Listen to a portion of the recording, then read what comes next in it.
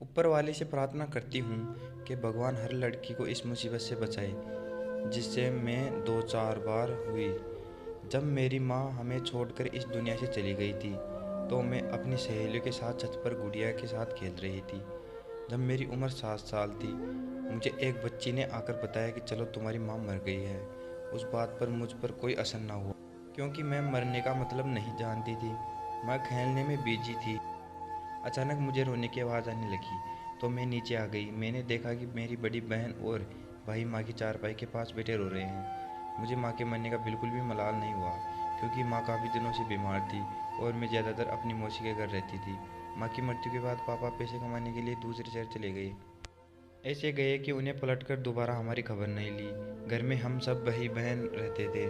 मेरा नाम प्रिया है। मैं और मेरी बड़ी बहन हम दोनों भाइयों की माँ की तरह ख्याल रखती है। वह घर का सारा काम किया करती है और हमारे लिए खाना भी बनाती है। मैं सुबह स्कूल जाती हूँ। मेरा भाई भी स्कूल में पढ़ रहा है। जल्दी हमारे घर का चूल्हा ठंडा रहने लगा क्योंकि हमारे पापा का कोई अता पता नहीं था। हमारी मौसी कभी कभी आकर कुछ दे जाती लेकिन वह बेचारी खुद गरीब थी। फिर एक दिन हम दोनों भाई बहनों ने पढ़ाई छोड़ दी। हमारी मौसी ने हमारे भाई को कुछ सामान दिलवा दिया और वह बैठक के दुकान में बैठे छोटी मोटी चीज़ें बेची। बच्चों की टोपियाँ वगैरह बेचता। यूँ रोजाना थोड़ा थोड़ा मुनाफा हुआ जिससे हमारे घर का चूल्हा फिर से चलने लगा। हमारे मोहल्ले वाले को भी पता था कि उनके पापा उन्हें छोड़कर चले गए, इसलिए वो भाई की दुकान से ही सामान लेते थे। दुकान पर बैठने में भाई शर्माता था लेकिन यही दुकान हमारे कमाने का आसरा था। हम कर भी क्या सकते थे। मैं दोबारा स्कूल जाने लगी। वक्त गुजर रहा था। मैं 9th क्लास में आ गई और मेरे भाई ने प्राइवेट मैट्रिक पास कर ली और जो हम पापा का इंतज़ार करते थे वह भी अब आहिस्ता आहिस्ता ख़त्म होता गया। दीदी की शादी की भाई को फिक्र होने लगी। भाई ने मौसी से बात की तो उन्होंने कहा अगर तुम्हारी बहन की मर्जी हो तो मैं उसकी शादी मेरे एक दूर के रिश्तेदार हैं उसके बेटे से करवा दूं। मैंने उन्हें सब कुछ बता रखा है। मैं तो आजकल में तुम्हारे घर आने वाली थी। यह तो और भी अच्छा हुआ कि तुम ही आ गए। मौसी ने बताया कि वह लड़का मेरी दीदी से 4 साल बड़ा था। वह मैट्रिक पास था और ड्राइवर भी था। दीदी का वह रिश्ता पक्का हो गया। वह एक दिन भी आ गया जब भाई को दीदी को इस घर से विदा करना पड़ा। जिस दिन दीदी की विदाई थी उस समय हमारे घर में थोड़े से पैसे थे। दीदी को दहेज में देने के लिए हमारे पास कुछ ना था। मौसी ने अपने उस रिश्तेदार को सब कुछ बता दिया था तो उन्होंने भी हमसे कुछ ना मांगा और मेरी बहन को एक जोड़े के साथ बहू बनाकर अपने घर ले गई। दीदी के जाने से हमारे घर की रौनक जाती रही। अब भाई दुकान पर रहते और मैं घर पर कामकाज में बिजी रहती। दीदी हर दूसरे तीसरे महीने हमारी खबर लेने के लिए आ जाया करती थी। वक्त गुजरता गया यहाँ तक कि हुए और दीदी को मेरी फिक्र होने लगी कि मेरी जवान बहन घर में अकेली रहती है। दीदी मौसी से कहती कि रिया के लिए भी कोई रिश्ता ढूंढे। मेरा भाई तो लड़का है मगर लड़की के मामले में देरी करना ठीक नहीं। जीजू ने दीदी से कहा कि मैंने रिया के लिए एक लड़का देखा है। वह एक ड्राइवर है। उसका नाम अरुण है और वह इन दिनों हमारे गाँव में आया हुआ है। अच्छा आदमी है। दीदी ने जीजू से कहा उसको एक दिन खाने पर घर पर बुला लो तो इस तरह मैं उनको परख लूँगी फिर रिया के रिश्ते की बात कर लूँगी। जीजू एक दिन अरुण को घर ले आए। मुझे भी दीदी ने अपने घर बुला लिया कि मेहमान आए हैं, तुम आकर ज़रा मेरे साथ काम में हाथ उठा दो। अरुण ने मुझे देखा और पसंद कर लिया। उसने मेरे रिश्ते की बात की और कहा कि मुझे यह रिश्ता मंजूर है। उन्होंने कहा कि अंधे को क्या चाहिए, सिर्फ दो आंखें। दीदी ने भी फ़ौरन इस रिश्ते के लिए हाँ कर दी।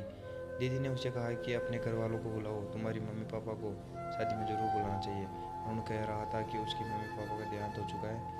भाई कोई नहीं है, मैं नहीं, मेरे कुछ दोस्त हैं, मैं उनको ले आऊँगा। मेरे रिश्तेदार इतनी दूर हैं कि वह इतनी दूर की यात्रा करके नहीं आएंगे। वह एक ड्राइवर था, ट्रक चलाता था तो उसकी भी जीजू से दोस्ती हो गई क्योंकि जीजू भी ड्राइवर ही थे। वह ड्राइवर की आड़ में कोई और बिजनेस भी करता था जिसके बारे में हम नहीं जानते थे। मेरे जीजू बेचारे बहुत ही सीधे साधे व्यक्ति थे। वह हर किसी पर यकीन कर लेते थे और उनकी हर एक दोस्ती हो जाती थी। अरुण पर भी उन्होंने कुछ नहीं जानने की यकीन दिलाया, यह पता किए बिना ही वह कहाँ रहने वाला है और किस खानदान का संबंध रखता है या उसका कारोबार है भी या नहीं। सिर्फ इसकी ज़बान पर भरोसा करते हुए मेरे उसके साथ रिश्ता तय कर दिया। वरुण की तरफ से शादी के में सिर्फ दो आदमी आए थे जो उसके दोस्त थे। मैं दुल्हन बनकर अरुण के साथ उनके गांव चली गई। उनका गांव हमारे गांव से बहुत ही ज़्यादा दूर था तो मैं उस गांव को जानती भी नहीं थी, ना ही मैंने कभी इस गांव का नाम सुना था। यहाँ की रस्म रिवाज बहुत ही अजीब थे। यहाँ शादी के समय उस लड़की को उसके घर वालों से, उसके ससुराल वाले या उसका पति पैसे देकर खरीद लेते थे। फिर वह औरत उन लोगों की जैसे हमेशा हमेशा की संपत्ति हो जाती थी। यहाँ की लड़कियाँ और औरत बहुत खूबसूरत थी, लेकिन वह बिकने वाली चीज़ों की तरह देखी जाती थी। वहाँ नज़दीक ही बहुत बड़ा बाजार था, जहाँ दुनिया की हर चीज़ बिकती थी। यहाँ इंसान भी बिकते थे, शायद आपको यकीन ना आए, मगर यही सच है कि हर इतवार को वहाँ औरत, लड़की, लड़कों और मर्दों की मंडी लगती थी। इनको खरीदने वाले इनकी उम्र और शक्ल सूरत देकर पैसे देकर वहाँ से ले जाते थे। खरीदने वाले दूसरे देश के होते थे। वे लोग इंसानी स्मगलिंग करते थे। यहाँ आकर मुझे पता लगा कि उनका बिजनेस क्या था। सामान पहुँचाने के आड़ में वह इंसानी स्मगलिंग करता था। वरुण मुझको इसलिए भी आकर लाया था। उसने मुझे मंडी में लाकर बेचना चाहा। क्या बताऊँ मेरे दिल की हालत क्या थी। मैं अपनों से इतनी दूर थी कि मैं उन्हें अपने हालात भी नहीं बता सकती थी। मुझे अपने आप से बहुत बड़ा शिकवा था। माँ बाप तो चले गए थे, मगर रिश्तेदार कैसे थे। बगैर जांच के उन्होंने मुझे एक अजीब आदमी के साथ भेज दिया। यह तक ना सोचा कि भगवान जाने कौन है और मेरे साथ कैसा सलूक करेगा। उन्होंने वजह जानकर बस एक जिम्मेदारी समझी थी, कोशिश की थी। मुझे यकीन था कि अगर किसी को मेरी परवाह है तो वह सिर्फ मेरा भाई है। वह ज़रूर बेचैन और बेकरार होकर यहाँ आया हुआ। जब उसने अरुण को फ़ोन किया तो उसका फ़ोन बंद आ रहा था, तो भाई खुद मुझे ढूंढते उसी गांव में पहुंच गया। भाई उस एड्रेस पर चले गए जो जीजू ने उनको बताया था, लेकिन यह एड्रेस गलत था। वहाँ अरुण नाम का कोई आदमी नहीं था। जिस आदमी से भाई ने अरुण के बारे में पूछा था, उसके करीब एक आदमी यह सब सुन रहा था। उसने पूछा, क्या वह अरुण जो एक ट्रक ड्राइवर था और वह दूसरे शहरों से माल लाता था? क्या उसके माथे पर कोई लाल सा निशान था? हाँ, बिल्कुल वही। यहाँ से थोड़ी दूर पर एक गांव है, वह तुम्हें वहाँ मिलेगा। एक लड़की को वह कुछ दिनों पहले ही लाया था। उसको मंडी में बेचने के लिए चला गया। उसने उससे 5 लाख रुपए मांगे। जल्दी जाओ और लड़की को बचा लो, नहीं तो उसे कोई ना कोई दरिंदा खरीद ले जाएगा। भाई ने मेरे जीजू को फ़ोन करके सारी बात बता दी और उन्हें कहा कि जल्द से जल्द पुलिस लेकर यहाँ आ जाओ। वह आदमी जिसने अरुण के बारे में बताया था, वह एक बहुत अच्छा आदमी था। वह खुद मेरे भाई को लेकर उस गांव में आया। जब वह उस गांव में पहुंचे तो वहाँ इतवार बाजार लगा हुआ था। मेरा भाई भगवान से प्रार्थना कर रहा था कि जल्द से जल्द मेरी बहन मिल जाए। मेरे भाई की प्रार्थना ऊपर वाले ने स्वीकार कर ली थी और उसकी नज़रों के सामने आ गई थी। मेरे भाई ने उस आदमी को एक तरह बिठा दिया जो उन्हें वहाँ लेकर आया था। वो खुद आकर मेरे हाथ पकड़ लिया। अपने भाई को अपने सामने देखकर मैं बहुत खुश हुई थी। यह भी अच्छा था कि उस वक्त अरुण की वहीं मौजूद था। वह मेरे पास खड़ा था। वह मेरे भाई को देखकर, अपने सामने देखकर घबरा गया। भाई ने मेरा हाथ छोड़कर अरुण को पीटना शुरू किया। जब तक वहाँ अरुण के आदमी पहुँचे थे, मेरे जीजू का वहाँ पुलिस के साथ आना हो गया था और पूरी मंडी में भगदड़ मच गई थी। पुलिस के हाथों आए कुछ तो और कुछ वहाँ से फरार हो गए। मेरे भाई ने अरुण को भी पुलिस के हवाले कर दिया। मैं मरते मरते बची थी। मुझे मेरा भाई घर वापस ले आया। एक अनहोनी बात हुई, वरना जो मैंने भगवान से मांगा था वह मुझे मिल गया। मैंने मासूम बच्चों को बिकते हुए वहाँ देखा। उन बिकने वाले इंसानों के साथ खरीदार क्या करते हैं? वह उनको किस वजह से ले जाते हैं, या उन्हें बाजार की रौनक बनाते हैं, या नौकर और रखेल बनाकर रखते हैं? मैं तो हालात की मेहर चढ़ने से बच गई, वरना ऊपर वाले जाने मेरे साथ क्या होता। मैंने तो सोचा भी नहीं था कि मैं बच जाऊंगी, वरना वहाँ तो पहुँचना नामुमकिन था।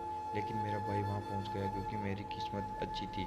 अगर वह कुछ देर से पहुँचता तो और कोई दरिंदा मुझे खरीद कर ले जाता तो तब क्या होता है, यह सोचती हूँ तो मेरे रोंगटे खड़े हो जाते हैं। अब दीदी और जीजू शादी को कहते हैं तो मैं हाथ जोड़कर मना कर देती हूँ। अब हमने अपने भाई की शादी कर दी है। वह लड़की इकलौती है, उसके पिता का देहांत हो चुका है। भगवान से प्रार्थना करती हूँ कि ऊपर वाला हर लड़की को इस मुसीबत से बचाए। दोस्तों, ये थी हमारी आज की कहानी। आपका क्या कहना है इस कहानी के बारे में? कमेंट ज़रूर करें और वीडियो को लाइक करें, चैनल को सब्सक्राइब करें ताकि आने वाली वीडियो का नोटिफिकेशन आपको तुरंत मिले। आपसे मिलते हैं अगली वीडियो तक, तब तक के लिए धन्यवाद।